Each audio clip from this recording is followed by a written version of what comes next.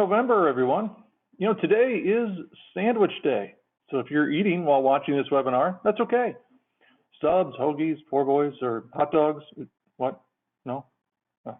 Well, to each their own. Whatever you enjoy, dig in. We won't mind. Anybody who's been following the COP26 proceedings?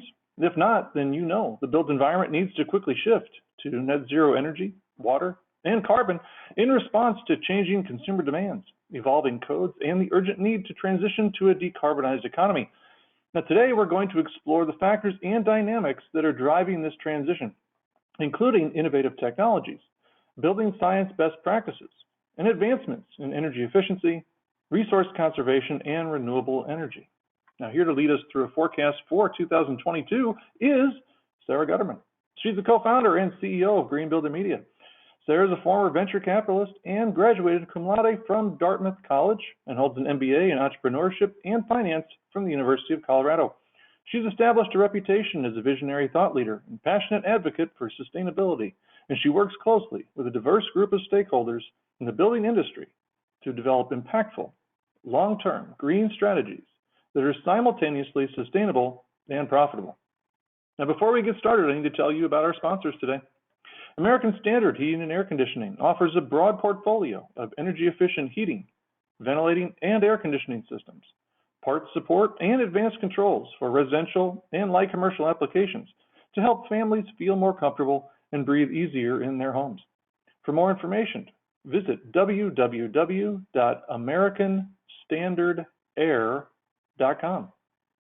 The Portland Cement Association, founded in 1916, is the premier policy, research, education, and market intelligence organization serving America's cement manufacturers. PCA member companies represent the majority of U.S. cement production capacity.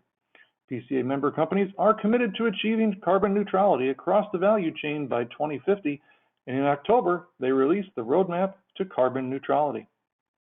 And finally, Nudura insulated concrete forms are the superior alternative to traditional building methods and materials. Nudura ICFs install quicker and easier, will meet or exceed code, and will boost homeowner satisfaction with a safe, reliable, and sustainable home. Learn more at nudura.com. That's NUDURA.com. Now, during the course of today's presentation, you can submit questions for Sarah. Simply use the questions box inside the GoToWebinar control panel. I'll review those questions and pose them to her during the Q&A time set aside after her presentation. She's here to help us look into the future. So please welcome Sarah Gutterman. Thanks so much, Mike. It is always a pleasure to be here with you and with all of the attendees that are a part of Green Builder Media's network. It's always really special to have the opportunity to offer a presentation to our own friends, colleagues, and audience members. So thanks everyone so much for taking time to be here with us today.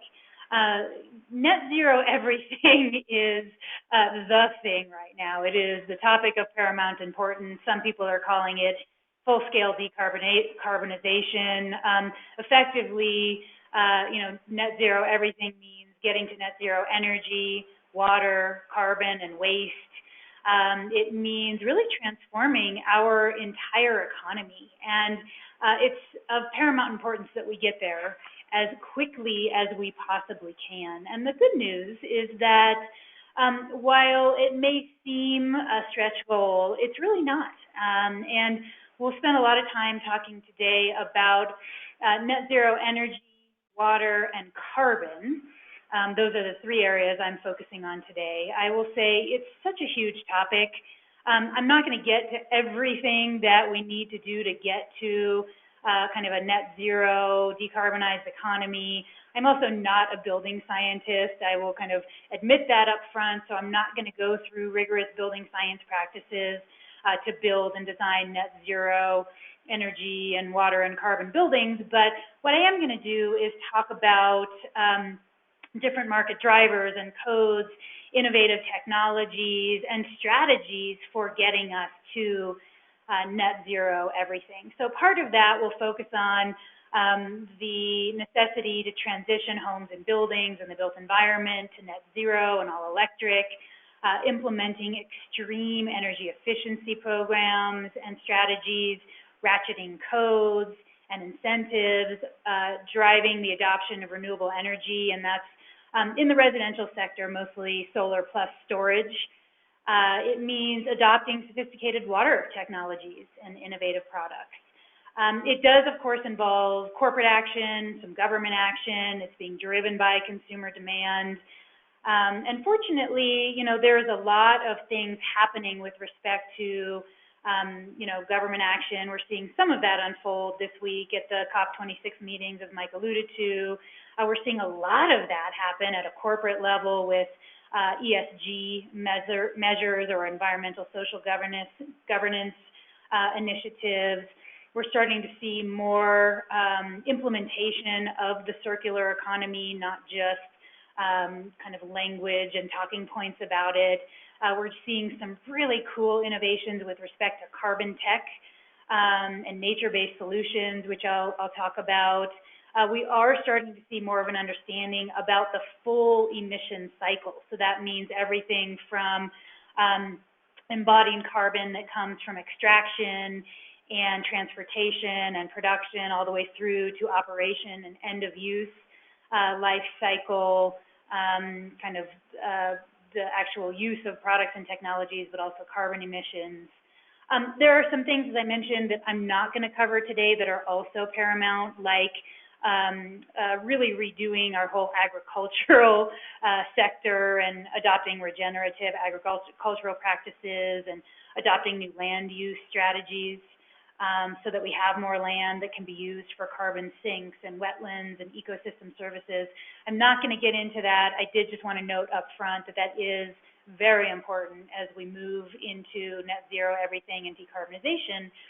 But I think what I'm really trying to impress upon everyone today is that this is a really exciting opportunity, and it's bigger, I think, than most of us realize with respect to the fact that as we shift to net zero everything, we are moving into the decarbonization economy, which will not only free us of carbon emissions, but it will actually yield some of the largest capital gains that we've ever seen, and it really represents a tremendous business opportunity because no sector is going to be immune. Buildings, transportation, industry, agriculture, soon all of those will be clean, green, connected, electric, resilient. And so, there's a lot of exciting components to this transition to net zero everything. And why does it even matter, right? So we kind of talked about what it means, but why does it matter? And the truth is, I'm going to assume that if you're on this webinar, you know why it matters, right? We are in a climate emergency. The United Nations Intergovernmental Panel on Climate Change, the IPCC, 6 weeks ago issued their latest stark warning, which is just one of many stark warnings, sobering warnings, really, that they've issued over the years, saying that climate change is unequivocally here, and the worst is yet to come. And if you haven't read that particular report, basically what you missed is that scientists from across the globe confirmed that human-induced carbon dioxide emissions are the main driver of intensifying climate change, and we need full-scale elimination of greenhouse gas emissions and net zero everything to keep warming under 2 degrees Celsius, with 1.5 really being the main target. And if we surpass that threshold, we will encounter irreversible impacts that will lead to widespread species extinction, including humans, and ecosystem collapse. And, really that's the good news out of the report. We are already seeing more extreme temperatures, rising sea levels, intensifying superstorms, raging wildfires, extensive flooding, severe drought. I could go on and on. Again, I think all of us are on this webinar because we know this and we care about it. But I think that, what's really important to note is that, our planet has already warmed by about 1.1 degrees Celsius since the Industrial Revolution. And at our current trajectory, we are expected to pass 2 degrees Celsius within a shockingly short 5 years. 5 years. So I mean, that's really quite mind-blowing. And again, the good news is that we have time still to reverse that. And, I think that the silver bullet question is, will kind of the heartbreak that we are currently deriving from these ruthless temperatures and relentless disasters help us really marshal the inspiration and the innovation needed to solve for our climate emergency? Or will the future continue, to witness this dystopic demise brought about by these Faustian agreements that we have resulting from greed and short-sightedness, driven by our, addiction to fossil fuels and our desperate quest for what I call the seduction of more? And, that's really a philosophical question that we can ask ourselves and, talk about in thought leadership summits and forums and over multiple bottles of wine, or in my case, kombucha.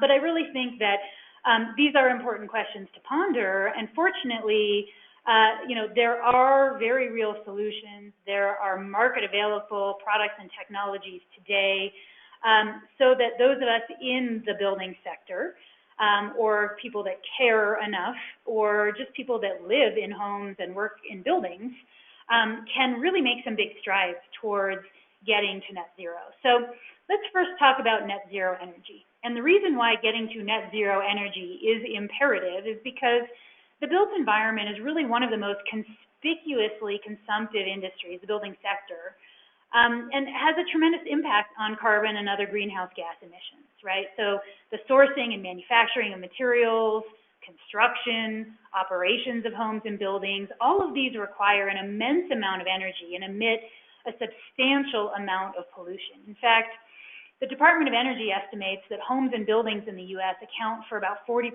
of our nation's total energy use, 70% of electricity use, and 40% of total emissions. Now, the DOE also estimates that if buildings were net zero embodied carbon, then the U.S. could reduce our greenhouse gas emissions by more than 50%. Now, granted, that includes extraction, transportation, construction operations, and end of life. But given that over the next 35 years, it's expected that 2 trillion square feet, which is equal to the built environment of New York City, will be constructed every 35 days across the globe, getting to zero is clearly imperative, right? So the UN avows that emissions from buildings must be reduced by about 50% by 2030 and 100% by 2050 if we even have a remote chance at staying at or under that 1.5 degree temperature rise. But again, fortunately, the transition to zero energy in the built environment is occurring irrespective of location, climate, or political jurisdiction. We're starting to see the ROI of net zero energy homes and buildings. There's a quick payback period for any higher upfront costs. And then from then on, once you get that ROI and the payback, the yield is a net positive in perpetuity. We're also seeing that net zero energy homes have a better experience for occupants, homeowners and building occupants. They're more comfortable. Oftentimes they're healthier, they're connected, they're smarter. There's that lower ongoing and full cost of ownership and a higher resale value. So clearly the ROI is there. According to my good friend C.R. Harrow, he says that we are way overdue to get to zero, and I agree with him. And the good news, as I've mentioned, is that there are well-proven, off-the-shelf recipes. For example, the DOE Zero Energy Ready program is really the most cost-effective way today to get to a building envelope, HERS rating, or just a HERS rating in general, of about 40. And then, there are cost-effective strategies to specify and install appliances and lighting and other kind of energy users in the home, water heaters, heat pumps, and then we can apply solar now, which is also very cost-effective to kind of close that net zero gap. And, in terms of the must-haves at this point for net zero energy, it's a pretty simple recipe. Make sure that there's a well-insulated building envelope on all 6 sides.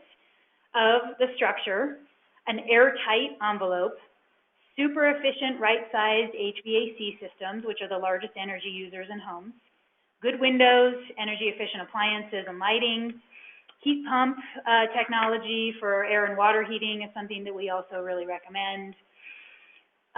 You know, and the fact that the global market for net zero energy structures is predicted to explode to nearly 80 billion by 2025, which is effectively tomorrow, really shows that the availability for those high-performance products, renewable energy, automation technologies are there and available. The other thing that's really driving net zero are ratcheting codes and policies. And the real truth is, in the U.S., the coast, so the East Coast and the West Coast, those are probably 10 years behind Europe in terms of energy codes. The Midwest is 10 years behind the East and the West Coast. And then, you know, kind of the West is closer to, you know, it's maybe not quite as far behind as the Midwest, but, you know, kind of depends on where you are. Obviously, California is the harbinger of all things net zero everything. They, of course, are continuing to ratchet not just their energy codes, but they're really matching energy codes with net zero carbon goals. And I actually spoke the other day with Andrew McAllister, who is the head of the California Energy Commission.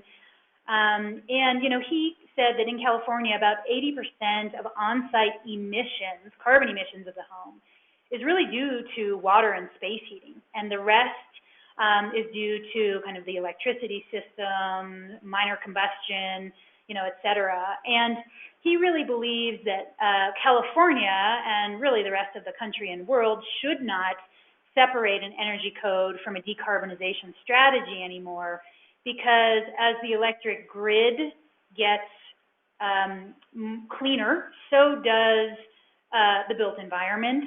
And again, anything that we do to get to net zero energy helps to reduce carbon. So really, you know, net zero energy and net zero carbon go hand in hand. California is adopting a 2022 code in January of 2023 that will really focus on heat pump technology. It'll also change the valuation that they've been using, the metrics that they've been using to measure energy. So they've used a cost metric, which is really based on time-dependent valuation.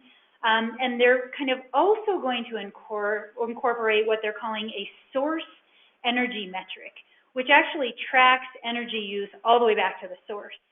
As energy, of course, is aligned with carbon emissions, as I mentioned. And so it's going to be pretty interesting because they're not just going to focus on operations of buildings, but again, they're going to really be measuring and valuing where that energy comes from. And really the truth is, you know, solar is solar is solar. I think that from a resiliency standpoint, from a self-sufficiency standpoint, it's always nice to have solar affixed on a house or on a building for that self-sufficiency and the resiliency, of course, when it's paired with storage. But if solar comes from a community solar array or even a utility scale array, it's still renewable energy, and that's still a good thing. I think that, you know, other drivers that we're seeing, of course, are consumer demand and innovative technologies in the renewable energy space and the heat pump space, of course, smart controls, induction cooktops, you know, high R-value electrochromic windows, high-performance insulation and building envelope systems, cool roofs, electric vehicle to grid technology, et cetera. I mentioned consumer demand as a market driver. I like this chart that I'm showing right now because we have been surveying our consumer audience since the onset of the pandemic, and clearly healthy home and indoor air quality is the belle of the ball with respect to you know, what the category that people think are going to be is going to be most effective by COVID. But building performance and energy efficiency is also continuing to rise. And actually, that number of respondents that think that's the category that's going to be most affected by COVID, in the beginning of the pandemic was quite low, and it's actually grown from under 5% to about 13% in the last couple of months.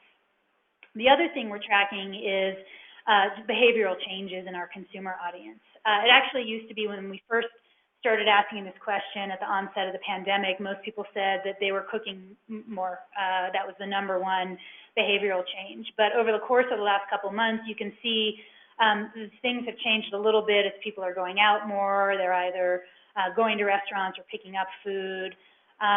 So, you know, they're exercising more, they're more aware of the indoor air quality. But then if you look at, you know, they're aware of their home's energy efficiency, they're investing in smart home technology to improve home performance. Those are the types of responses that we're really paying attention to. And then when we ask which sustainability upgrades our audience is most willing to spend on, you can see energy efficiency and water conservation. And then, of course, renewable energy are right up there, of course, healthy home as well. So certainly, you know, a higher level of willingness to invest in these sustainability upgrades really than ever before. So let's kind of drill down a little bit more into net zero energy and how we get there. We really cannot have a conversation about net zero energy without first talking about energy efficiency, because as you know, I think a lot of us in the industry like to say you can put solar panels and all the whiz-bang smart technology onto a drafty, inefficient building envelope, and it's still going to be a drafty and inefficient building envelope. So first we've got to focus on the building envelope. You know, I think a little bit of a you know, blessing in disguise. It's one of those like, okay, fine, we'll make something good out of this. You know, the trifecta of industry challenges that include, of course, you know, soaring material costs, material shortages, and labor issues are really kind of forcing building professionals to rethink their approach to design and construction. And they've made alternative building envelope systems that were once considered fringe or out of reach, like insulated concrete forms, structural insulated panels, panelized wall systems in general that are built off-site in a factory, and full prefab, you know, off-site built homes, a viable and cost-effective alternative. And, you know, I really think that's a move in the right direction for sustainability, since these solutions are oftentimes higher performance, more resilient, and frankly higher quality than kind of traditional on-site stick framing. And again, that's really because of labor issues. But it's also, you know, when we look at the benefits of these kind of alternative building envelope solutions, like I'm showing here, some insulated concrete forms by Nudura. These types of solutions help to optimize performance, right? So they're you know, kind of utilizing best building science practices. They're constructed in a controlled setting. They also therefore address quality control. They're, you know, because there is a tightly controlled setting in terms of how and where they are built, you know, they can address that quality control. ICFs like Nudura provide superior energy efficiency, consistency in performance, and lower utility costs, or that translate into lower utility costs, I should say, over the lifespan of a home or a building. You know, in fact, Nudura's Plus series can offer R values as high as R48. And then, of course, the waste reduction in terms of being able to reduce the job site and on-site waste. And then at the end of the day, you know, let's be honest, time is money, right? So off-site construction can then translate into a faster build time, you know, on the job site. When we look then beyond the building envelope at other energy efficiency kind of must-haves, right, we have to start that part of our conversation with HVAC. right? Because heating and cooling are the biggest energy consumers in homes, and I'm going to just focus on homes right now. And, HVAC systems account for about 55% of household energy use. So it really makes sense to invest in energy efficiency HVAC systems. So, I'm using here American Standard as an example. They've got a wide spectrum of offerings, from their AccuComfort variable speed condensers to not just HVAC, but really looking at whole home filtration and ventilation solutions like their AccuClean whole home air filtration system, which I'm really keen on this one because they've done some research that shows that AccuClean system can remove up to about 99+% of airborne particulates to reduce harmful bacteria and allergens, including COVID particles, in about 30 minutes within a home if you have properly set up the system. So, I think that, clearly as we move to improve the energy efficiency of building envelopes and we make our homes and buildings more airtight, we do have to, of course, address the indoor air quality to safeguard that air inside homes. And so it's really important to work with HVAC professionals, not just to properly size HVAC systems, but also to really look at ventilation, purification, filtration. I think nowadays there's some incredible advancements in heat pump technology with variable capacity that I think are really worth looking at. Beyond HVAC, certainly windows, they are estimated to account for somewhere between 25 to 30% of residential heating and cooling use. And it's actually estimated that about $50 billion worth of energy leaks out of windows and doors each year within U.S. homes. So again, really important to focus on windows, insulation, cool roofs, certainly appliances. We'll talk some more about solar panels in a minute. But, all of these types of products listed on this slide are super important to address when looking at effective net zero strategies. I've mentioned heat pumps, and, while heat pump technology has been around for about, 30 years, they're now really just hitting a tipping point here in the U.S., really because of advancements in heat pump technology. Certainly geothermal heat pumps, are kind of exponentially more efficient than some of those traditional older technologies. But I think really the important part here is that these newer heat pump technologies can eliminate some of the weaknesses of older technologies, like the temperature sensitivity, power surges upon startup, and then being able to work in any climate zone and really at any temperature. And I think that some of the challenges, like upfront cost, are being offset when we start looking, first of all, at some of the rebates and incentives that can be allocated for heat pump technology, but also when we look at the full cost of home ownership as opposed to only upfront cost. And also, as I think, the industry is just becoming more familiar with the technology and also with installation. A couple things to note when we survey our audience about whether or not first they just want to have a heat pump in their home. You can see the chart on the upper right there.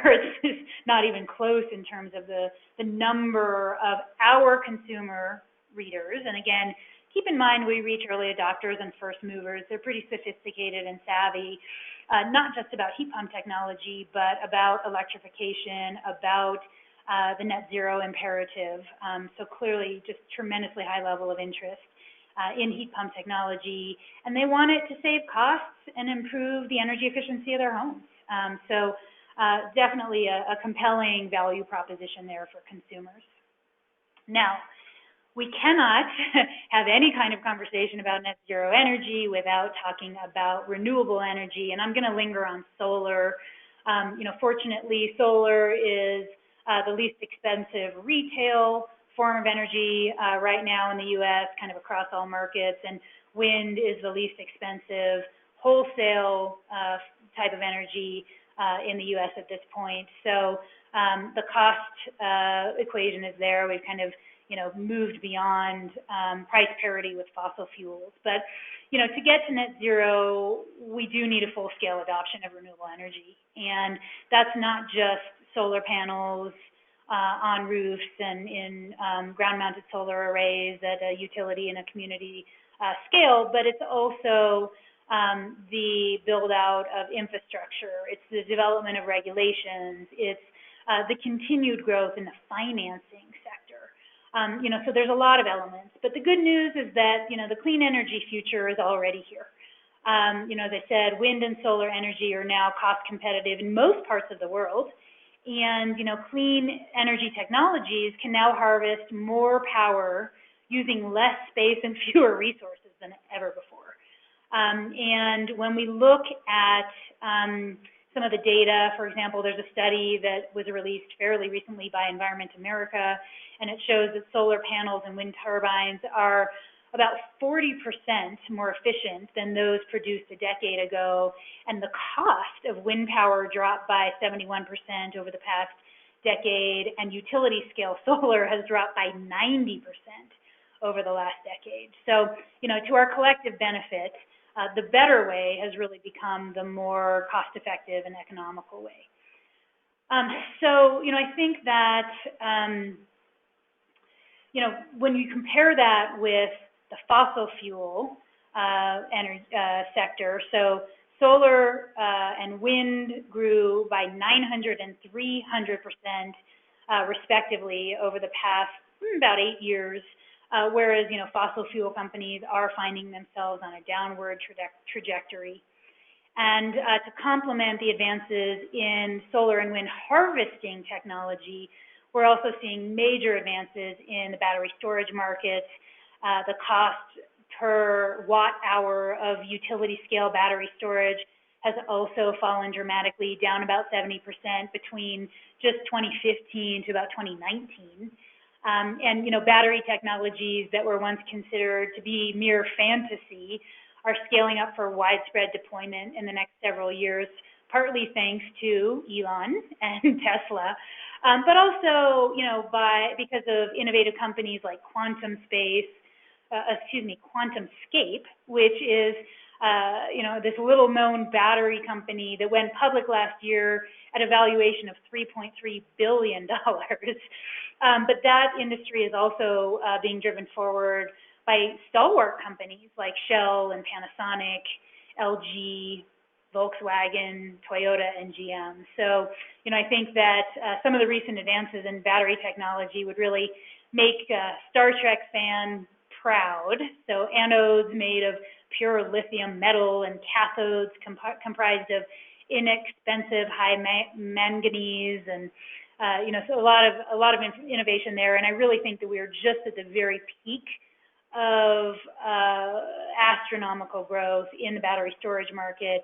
China has really put their stake in the ground that they want to be the leaders in battery and electric vehicle and solar, because it makes sense cost-wise. So I think we're going to see a lot of growth there, and then corresponding growth, hopefully here in the U.S. as well. Of course, we also need to talk about smart technology with respect to net zero, because once we make the building envelope efficient and we look at, those building envelope systems, the windows, the insulation, the roofing, et cetera, we move inside and we start looking at everything from, again, heat, HVAC, lighting, appliances. But now we're starting to see some incredible advances with things like integrated energy management systems that not only monitor the usage of energy, but then tie in with utilities for optimized demand-side energy management and peak load shifting. And those systems can help not only reduce the stress on the grid, but they can also optimize cost savings, and especially when we have renewable energy with storage, we can start analyzing when we're using power. So if it's at a peak time, then again, we can tap into our stored energy in that battery system, again, not only to reduce the demands that we're asking of the grid, so that we can avoid some of those, brownouts and blackouts that we're starting to see in California and making their way across the country to the East Coast because of overloaded grid systems. But also we can optimize our own cost savings because we're using our stored energy at the time when that energy costs the most. So there's a system that we really love, Schneider Electric's Wiser energy system. We're also really embracing climate control systems, so not just smart thermostats, but zone controllers to customize spaces to suit personal preferences with respect to temperature and humidity. We think smart lighting, where we look at not just switches and dimmers, but occupancy and then non-occupancy sensors, right? So that lights and other systems can turn off when people are not in a particular room. We're seeing lots of advances in kind of smart hubs like Samsung SmartThings, Vivint, Control4, that kind of integrate everything into the home and provide, again, not just the functionality, but the monitoring and the ability to customize. We're seeing some really neat things also kind of in the electrical space. So emerging technology that provides solid state digital control of electricity in every device. There's a company called Amber that we really like that's emerging. And then we also have to look at things like even, induction cooktops, which are really important in terms of energy efficiency with respect to, gas-powered options. Then as we look at net zero energy, again, we can't just stop at a building envelope or at a lot. We have to look at the kind of larger perspective in terms of integrating with the grid, or maybe it's a community scale energy management systems, tying into utilities, municipalities. Fortunately, we're seeing a proliferation of demand-side energy management programs from the utilities and the municipalities, literally in states from coast to coast. And we are starting to see some interesting expansion opportunities, not just in the energy space, but water monitoring space as well. We'll talk a lot more about water in a minute. So, I think we're going to see a lot more of that. Of course, there's the shift to full-scale electrification. Electrification is actually not new in the U.S. About 37% of all homes nationwide are all electric, but we are certainly seeing more commitments to going all electric. There's about 51 municipalities now in California that have committed to go all electric. There's also codes and policies and incentives that are being put into place to really help facilitate this transformation to all electric. Now, let's move on to net zero water. I think that, water is perhaps humanity's most vital natural resource, but at the same time, the water crisis poses some of, kind of the most daunting challenges of our time. And, water and climate are really inextricably linked, right? Because climate impacts often manifest as water challenges. And, if you think about the fact that by 2025, 2/3 of the global population will live in water-stressed states, and that the UN predicts that there's going to be about a 40% shortfall in freshwater resources by 2030, clearly we have got to get to net zero water immediately. Global water demand is expected to increase by 55%, by 2050. And, if you think about the combination of really unchecked population growth, unsustainable water withdrawals from aquifers and, kind of surface water, poor infrastructure and governance, water, our approach to water is really, really insufficient. When we look at our national water risk, demand for water continues to grow rapidly, especially in water-parched states and areas like the Southwest and the West. And by 2030, experts predict that there's going to be over 100% growth in states like Nevada and Arizona, 60% growth in Texas, and upwards of 30% growth in California and Colorado. And that's based on today's numbers. So you think about like the Phoenix market and how much growth that's experienced in the last decade. That's expected to continue, through the next, 10 years. And so, when we think about the fact that energy production, land use, and water resources are linked in these very complex ways, we have to really start rethinking our approach to water, certainly within the built environment, certainly in the agricultural sector. Again, that's a whole other webinar or series of webinars in terms of shifting our agricultural practices, which I'm just not going to get into today. But, when we look at water quality and availability, in terms of groundwater availability, changes to water demand due to increasing populations, and then changing weather patterns, precipitation, and runoff, which is changing that access to water. When we look at the intensifying droughts, when we look at increased risk of flooding, a whole other kind of water issue, kind of in the eastern part, east and southeast. And then when we look at risks to sensitive ecosystems like coastal aquifers and wetlands.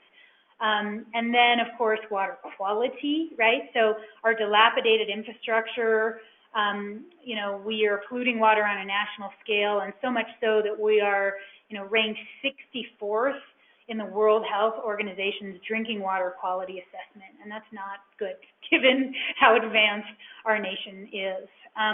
So, not only does this create a material risk to our cities, to our homes, and to our communities, but also for businesses, because, where businesses could once rely on a safe and stable supply of water for manufacturing, they won't be able to rely on that, in the future. And so corporate water stewardship policies also have to follow the policies and the practices that we implement in the building sector.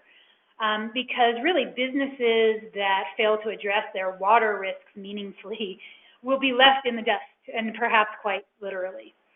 So, again, the good news is that we can get there when we look at, one, kind of the energy-water nexus, right? So power production is the biggest water user here in the U.S. It's kind of the elephant in the room with respect to, the net zero equation, and also energy efficiency, because if we reduce energy use, we'll actually reduce water use. We also, and actually this is something I got from our moderator, Mike Collignan, who helped develop the WERS water rating system. We have to understand that water is not a one-size-fits-all approach. And, there may be codes and regulations and practices that are okay and acceptable in one area that might not be acceptable in another. We also need to understand that voluntary programs don't really need to move the needle. So if we're going to make progress with respect to water, it's going to come in the form of codes and pricing. And also education, because a lot of people don't really know what to do in order to get to net zero water. So when we look at water, it's a local resource, and in some ways it should remain a local resource. If it's harvested on a site, perhaps we should think about letting it stay on that site.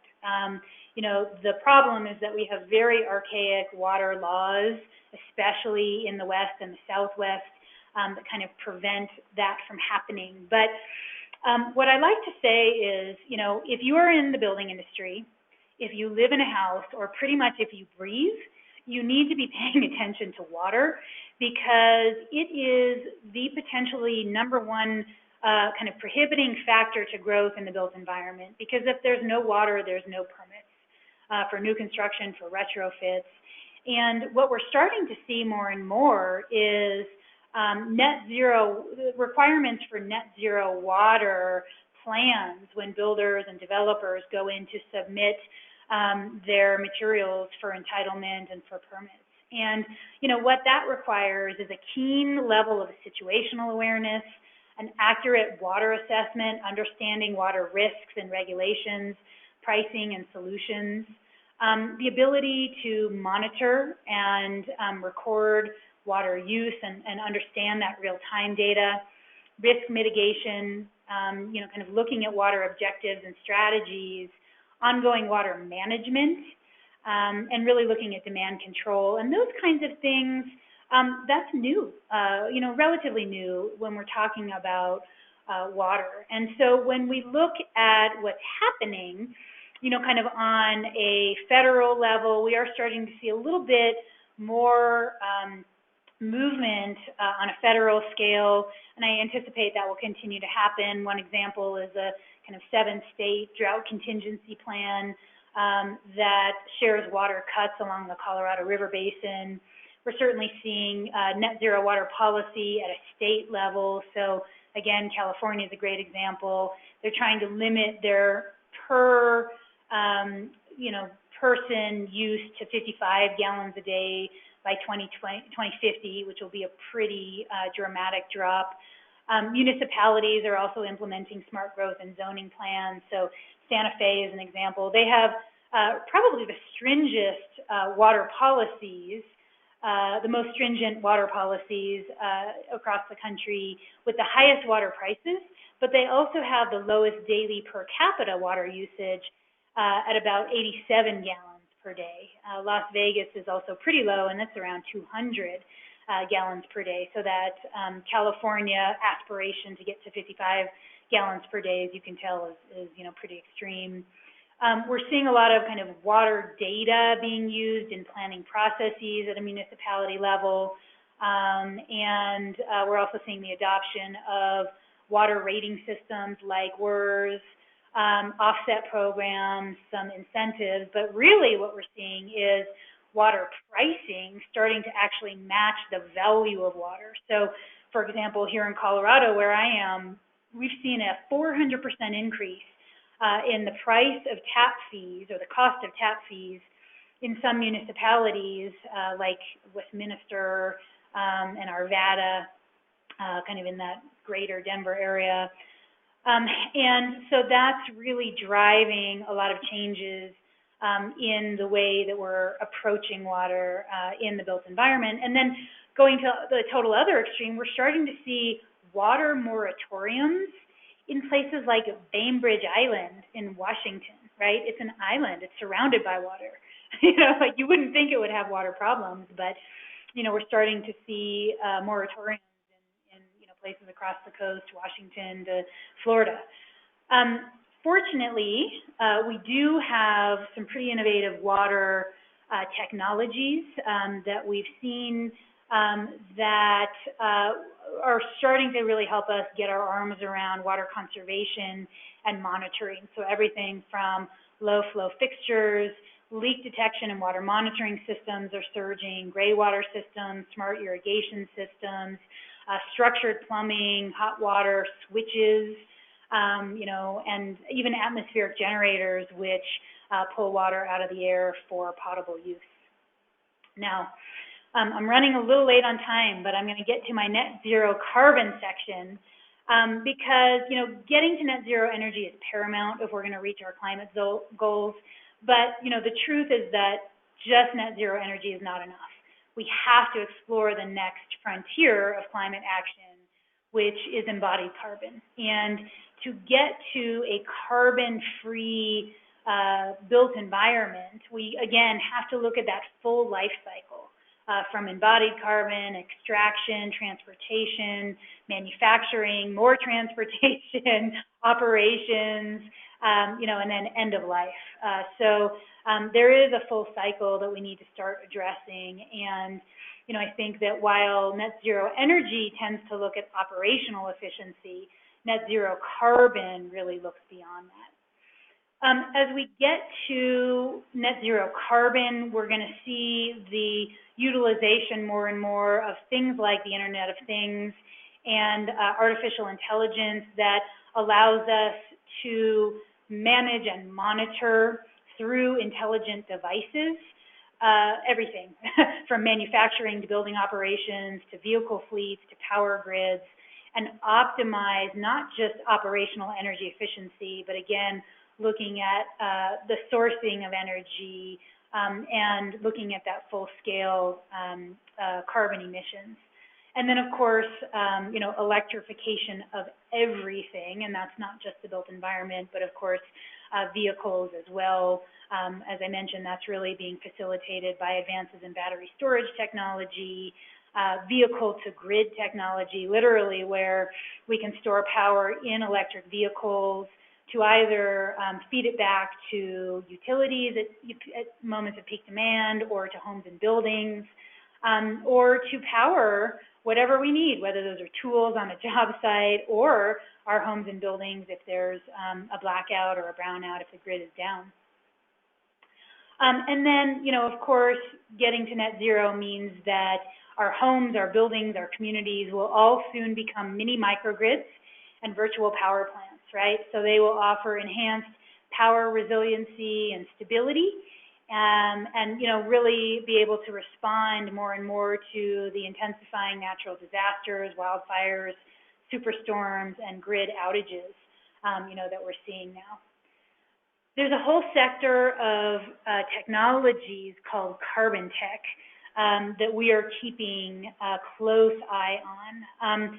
So carbon tech, there is kind of technology that's capable of capturing and embedding large amounts of carbon into the things around us, and really decreasing harmful emissions and our collective environmental footprint. And companies are getting really creative about carbon tech, and investors are pouring tons of money into carbon tech as well.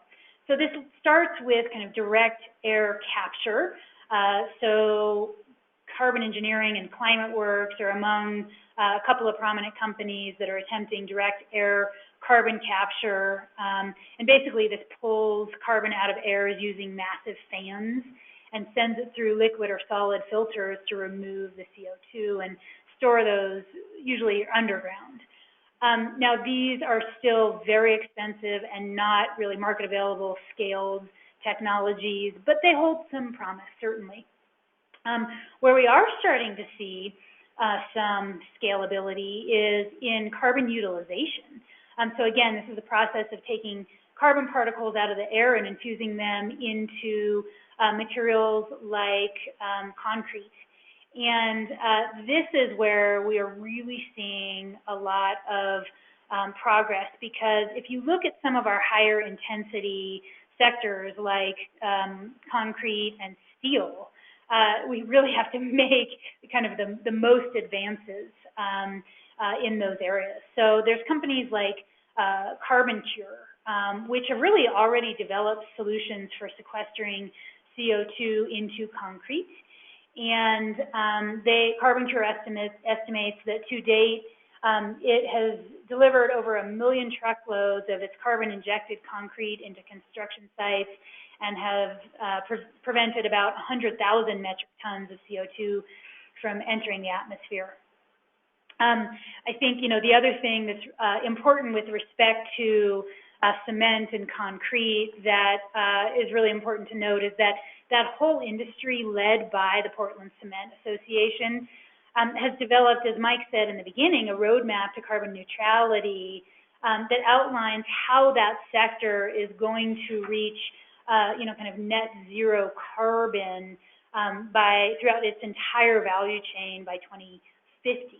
And so, they're looking at some near-term actions like replacing raw materials with recycled, decarbonized materials. They're looking at promoting low-carbon cement mixes. They're looking at a variety of ways that they can reduce emissions with comparable performance products. And I think that's really important to note as well, is that in Carbon Cure's case, the end product that they create by infusing CO2 is actually stronger and lighter than kind of a traditional concrete product, which is really exciting. And I think in the long term, again, PCA and its member companies are really looking at how to reach carbon neutrality across that cement concrete construction value chain so that all of the stakeholders and policymakers, can really play a role. I think perhaps what's most exciting to me, though, about carbon tech is that there's a new valuation metric for CO2, right? So instead of it being this big, scary thing that's polluting our environment, all of a sudden CO2 is a valuable product input. And once we start looking at CO2 and perhaps other, harmful planet heating gases as valuable resources, that totally pivots our economy, right? That makes them something that is of value, and that we can actually, kind of put in a cost value equation, as opposed to something that is a waste product that is scary. Fortunately, we're seeing a ton of really cool and futuristic carbon tech products, things like self-healing concrete and phase change materials,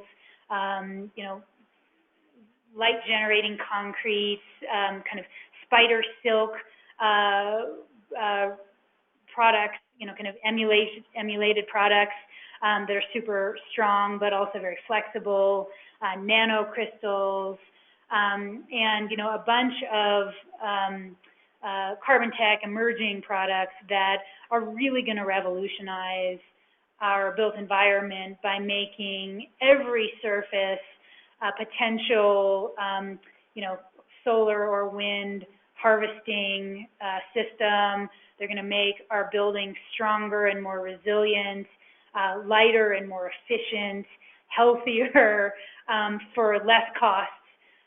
So I think that, we are just at the very beginning of massive transformation in the building industry, and it's really exciting. And fortunately, the financial markets are following innovation, right? So venture capital and private investment funds are playing a key role in scaling innovative net zero energy, water, and carbon solutions, really helping to spur development, accelerate adoption, increase output, and decrease production costs.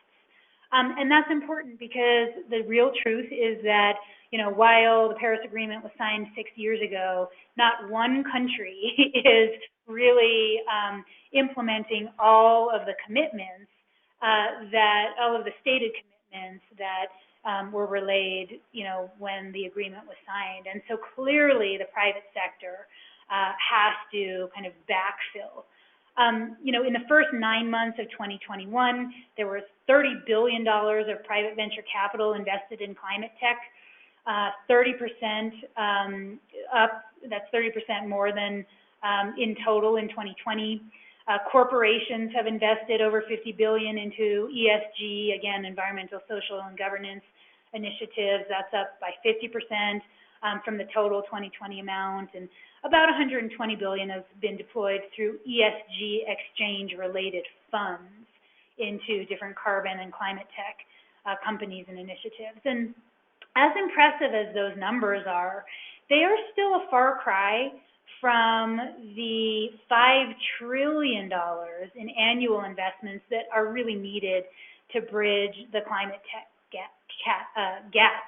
And so, while we're starting to see more and more investments, the real truth is that a lot of these emerging companies and technologies, and even the ESG investment funds, are still fairly nascent and pretty high risk. And so we are going to have to see some public funding, and we're all kind of waiting with bated breath and at the edge of our seats to see what happens on a federal scale with respect to not just the COP23 commitments, but really the Build Back Better and the infrastructure plans, and to see how much investment is going to happen from the federal government into a lot of these sustainability solutions. The nice thing about public funding is that it's more patient and risk tolerant, and oftentimes lower interest, or sometimes free, and if it's in the form of grants.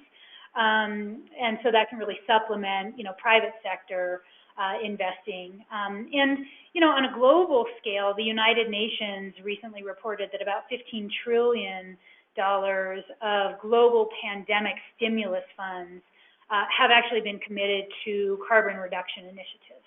So that is definitely encouraging. And I am going to finish up here in just a minute.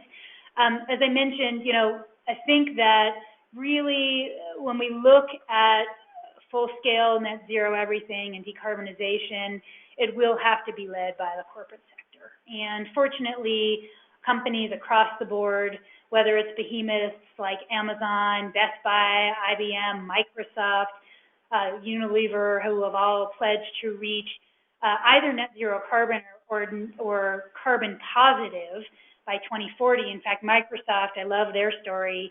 They're saying that they're going to go back to the inception of the company and actually become carbon positive, meaning, getting into regenerative practices, to make up for all of the carbon they've emitted since the beginning of their company. Like, that's great. We're also seeing companies, I mentioned American Standard, earlier, a lot of companies in the building industry that are making very bold pledges and solid commitments to contributing zero waste to landfill. So American Standard, as an example, their waste is down by 31% in the last about 8 years. They're going to continue that momentum to get to zero waste. They're actually net positive in terms of their water consumption right now. And, they're really hitting all of their carbon neutrality goals in terms of operational emissions and, energy efficiency and refrigerant improvements. So I think we can continue, excuse me, to see advances along those lines as well. And then, certainly the current administration has made some bold commitments to investing in green infrastructure and innovation, transitioning away from, fossil fuel energy and towards renewable energy, the creation of jobs, the electrification of buildings and transportation, really creating policies that help to ensure access to clean air and clean water for everyone, to really promote social justice as well, which, I couldn't not do this webinar with at least mentioning social justice at least once, because that's paramount to this whole equation too.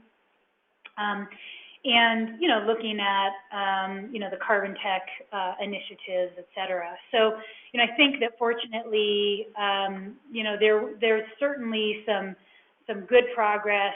And I think, make no mistake, the unique problems presented by climate change will require a whole spectrum of solutions. It's an all-hands-on-deck effort, and everything that I mentioned today is necessary. And, some elements more than others. I think I have an ongoing debate with our editor-in-chief. He really believes that energy efficiency gets us about 80% to net zero carbon, and that, innovative technologies, are the remaining 20%. I think it's maybe 50-50. I think innovative technologies are maybe even more, important. But at that point, we're just tweaking at the margins, right? Because it's all important. And, some of these solutions that I mentioned today, like carbon tech innovations, will be sophisticated and cutting edge. But, technology can't solve climate change alone. And we do need a blend of practical and simple solutions as well, like energy efficiency and like planting trees to reach our goals. So, with climate change wreaking havoc across the globe, climate action and net zero everything has shifted from urgent to imperative. And really the window for action to safeguard our planet is closing fast. It's showtime, and we have to galvanize our entire global community before it's too late. So with that, I'm going to end. Thank you so much to all of you for your time today. I think we have about 5 minutes for some questions. So Mike, I'll turn things back over to you. For those of you who, if you have questions and we don't have time to answer those, because we do have a hard stop in another about 5 minutes, my email is here. Please feel free to give me a call. Give me an email. Don't call me. I'm not very good responding to calls anymore. Email is a much better way to get a hold of me. Shoot me a note, and feel free to ask me any questions. So, Mike, I'll turn it back over to you. All right, great. Thanks, Sarah. So we do have a couple questions from our audience. Actually, the first is a very basic one. What does EPI stand for? It was on one of your most recent slides there talking about government action.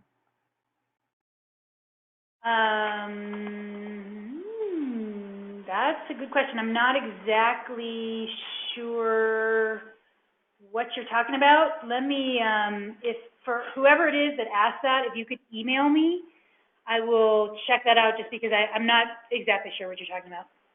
That's okay. Yeah, it was the slide with all the different countries' colors and their capita, per capita, and GDP and all that stuff. But we'll move on to another question.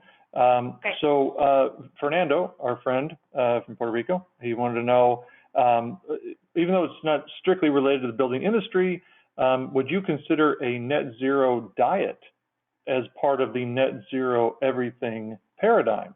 And he cites that, vegetarian diets typically will have a lower eco footprint and a smaller carbon and water footprint. Absolutely. And hi, Fernando. Nice to hear your question. Absolutely. And interestingly, so let me just kind of add this in. So the fastest growing portion of Green Builder Media's audience is comprised of the age group between 25 to 40, so millennials, who are, they know they want to live kind of, let's say, a net zero carbon lifestyle. They have certain aspirations with respect to their homes. They want compact, efficient, healthy, intelligent, resilient, solar-powered homes. They don't always know how to get there, so they're coming to us for ideas and inspiration and product recommendations and things like that. And they talk a lot about a net zero diet and actually also creating a net zero carbon budget for themselves and their families. And so absolutely, I think that, a net zero diet along with food and agriculture wasn't really within the scope of this webinar, but I absolutely think that every decision that we make, whether it's what we eat and, kind of input into our own bodies, whether it's, the type of transportation that we use, the type of products that we buy, like I'm wearing a silk shirt, but it is a sustainably sourced silk shirt, so it's, I think every decision that we make, has an impact on that net zero equation. And what we are seeing, the reason why I brought up the millennial age group, is that audience segment, more than older generations, is incorporating this kind of a mindset into their everyday decisions, every decision that they're making. And the other thing I just want to say, for the first time ever, we've been surveying our consumer audience for 17 years. And for the first time ever, our audience and the majority of the respondents in this survey were millennials. They told us that, and this is a recent survey, like hot off the presses, just from a couple of weeks ago, the number one purchase driver right now for millennials is corporate sustainability and ESG, more so for products, right, when making product specification decisions. More so than quality or performance or cost, it's environmental sustainability and ESG. And so, of course, I'm really happy and proud about that answer. But because that means we're doing our jobs right and playing some small role in offering relevant information. But I think the world is changing. I think the mindset of particularly that audience has changed, and they are thinking about things like net zero diets. We had a question from Charles. He wanted to know, have you ever looked into EMFs and any negative repercussions that may come from those? That's probably a whole other webinar. And I think that the answer is there's a lot of data out there. I am not an expert on that topic. But again, that's another one where if you want to send me an email, I can point you to some articles that editors on our staff have written about the topic, kind of looking at the harmful impact. And then there's also data out there that says, maybe it's not that impactful. So at the very least, what I can do is provide you with some links to some resources so that you can learn more and then make a decision for yourself. Okay, and he wanted to clarify too that his concern was EMFs coming from energy efficient smart devices.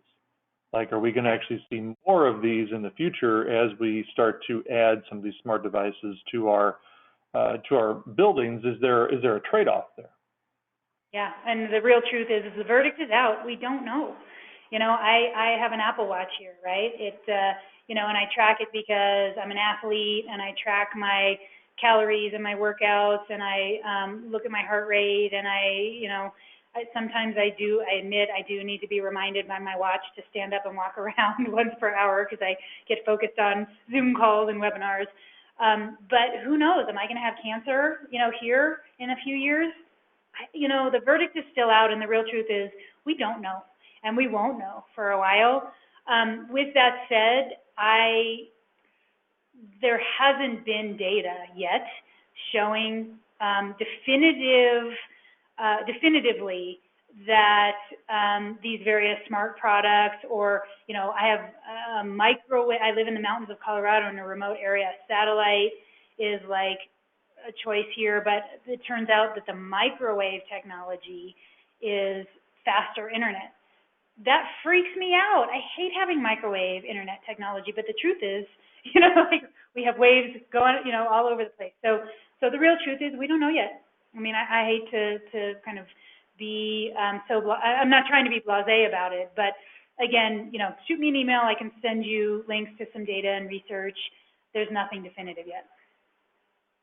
Okay. I wanted to wrap up with a question on a topic that you do have a lot of knowledge on, and that's economics. And this is coming from me, so you can be as brief or as long as you want to be. How do you think the deforestation pledge that was made at COP26 on Monday, how do you think that's going to affect future lumber pricing? That is a great question, and the real truth is, I think that the building industry is likely moving away from its widespread use of lumber. And I think that's because we are starting to see price parity for some of these higher performance building envelope systems that are not only more energy efficient, but more resilient. We've all seen the pictures of the homes in, hurricane areas on the beaches in Florida, the SIPS homes that are the only homes standing after a hurricane has gone through. And they withstand wildfire and flooding and superstorms at least better than conventional stick frame homes. I think also, we're going to see, I think my prediction is that, we're actually going to start moving towards higher performance materials, especially if you remember on that slide that I had about kind of emergent carbon tech products. There are products like, modular bamboo, super fast growing, kind of wood product, composites, like for example, let's look at the decking sector. The fastest growing portion of the decking sector is recycled plastic composite decking, not just because there's an environmental argument for it, which is great. That sector has done a great job in terms of recycling plastics and solving for our plastics problem, but also it's more durable. It's more resilient. And so I think we're going to start seeing more advancements in composite materials and shifting away from lumber. So therefore, I'm not sure there's going to be a direct correlation if our demand decreases for that particular material. With that said, I don't know that it will really make a huge difference in the long term, here in the U.S. I think, maybe if we look at the global use of timber and lumber in the built environment, I don't want to be naive, right? There's lots of developing countries, China and India, and, you heard the stat that, New York, the equivalent of New York City is going to be built every 35 days over the course of the next, 10 years across the globe. So, we've got to, address, how we're going to build. But I do think that we are going to start seeing some of those advanced, nano material composite products that are lighter, stronger, cheaper than lumber. And hopefully, frankly, that really helps decrease our demand for the timber resource. All right, well, that's all the time we have for today. So I want to thank Sarah for sharing her time and her insight with us today. You got a fair number of compliments in the chat box. So feel good about yourself, Sarah. You did a good job. Thanks so much to everybody for joining. Mike, thank you. You're such a great moderator. It's always a pleasure to have a dialogue with you on a webinar and off. So hope everybody has a great day. And thanks again to our sponsors, Nudura, PCA, and American Standard. Really appreciate your continued support. We couldn't do it without our wonderful partners. That's right. And stay tuned to your inbox for an email from Green Builder Media regarding our next webinar. It will likely take place in December. In the meantime, I hope you all have a wonderful Thanksgiving, and we'll see you back here next month. So stay safe, stay healthy, and take care.